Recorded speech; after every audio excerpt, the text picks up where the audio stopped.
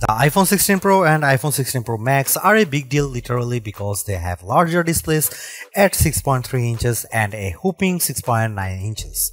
The latter is the largest display ever on an iPhone.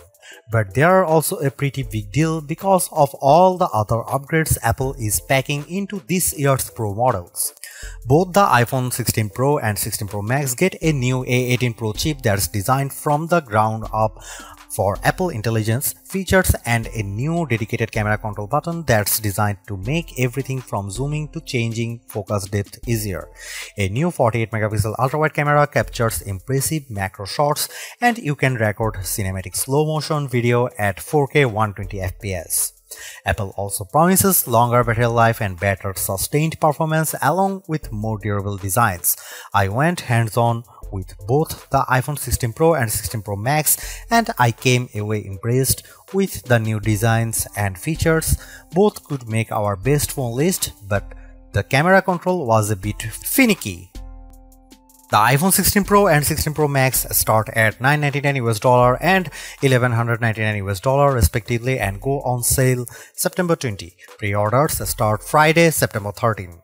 The iPhone 16 Pro starts with 128GB of storage and the iPhone 16 Pro Max has 256GB standard.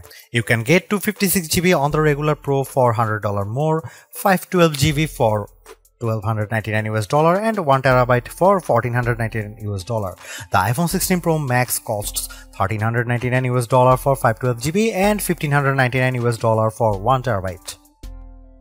The iPhone 16 Pro and 16 Pro Max are bigger than their predecessors, but not overwhelmingly so. That's because Apple managed to trim the bezels way down. In fact, these are slimmest borders on an iPhone yet. I put out 6.9-inch iPhone 16 Pro Max and 6.7-inch iPhone 15 Pro Max side by side and the new iPhone was only marginally bigger. However, some people may prefer the 6.3-inch iPhone 16 Pro because it achieves that nice middle ground of device size versus display size. And it's not much heavier. We are talking the difference between 7.8 ounces for last year's Pro Max versus and 8 ounces for iPhone 16 Pro Max. Meanwhile, at a shade over 7 ounces, the iPhone 16 Pro is just 0.4 ounces heavier than its predecessor. Apple also promises a more durable design thanks to a new ceramic shield display that the company claims is 2x tougher than glass on any other phone. Just as important, there is a new internal architecture that improves heat dissipation and allows for 20% better sustained performance. This is key because many users have complained about overheating on the iPhone 15 Pro series. You still get a titanium frame on the iPhone 16 Pro, but there is a new desert titanium color which I think is a bit more peach than gold. This joins black, white and natural titanium options. The iPhone 16 Pro and 16 Pro Max OLED displays themselves look good with a rated 2000 nits of brightness, but that's behind the Pixel 9 Pro and 9 Pro XL.